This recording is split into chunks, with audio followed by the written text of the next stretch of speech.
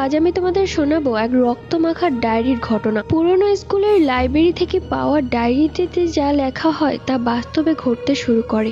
আমার নাম রিমি, আমার বেস্ট ফ্রেন্ডের নাম শিমু। মূলত আমরা এই দুইজন মিলে এই ডায়েরিটি খুঁজে পেয়েছি আমাদের স্কুলের লাইব্রেরিতে। তাও অনেক খুঁজে পেয়েছিলাম, এক কোণায় ছিল। সেই ডায়েরিটি অনেক পুরনো ছিল, রক্তমাখা। রক্তগুলো অবশ্য শুকিয়ে গেছে, দেখে বোঝা যায় না যে এগুলো রক্ত। দূর থেকে মনে হয় লাল রঙের কোনো কিছু একটা পরে শুকিয়ে গেছে। যাই হোক, ডায়েরিটি খুললাম, সেখানে কিছু একটা লেখা আছে, কিন্তু সেটা স্পষ্ট নয়, এমনকি সম্পূর্ণ লেখাও নয়। সেখানে শুধু লেখা ছিল, আজ সকালটা হবে কাল বৈশাখীর ঝড়ের মতো, সবার জীবনে কাল নেমে আসবে। যে ডায়েরিটি খুঁজে পাবে সর্বপ্রথম তার জীবনে আমি হলাম প্রথম। এরপর আর কিছু লেখা ছিল, কিন্তু সেগুলো লেখা খুবই হালকা, তাই কিছু একটা বোঝা যাচ্ছে না। আমি আর শিমু হাসতে লাগলাম, কেউ একজন মজা করে এগুলো লিখেছে। শিমু বলল, ঠিক আছে, এবার তাহলে আমরাও কিছু লিখি। আমি তখন শিমুকে বললাম, দরকার নেই, এই ডায়েরিটা যেখানে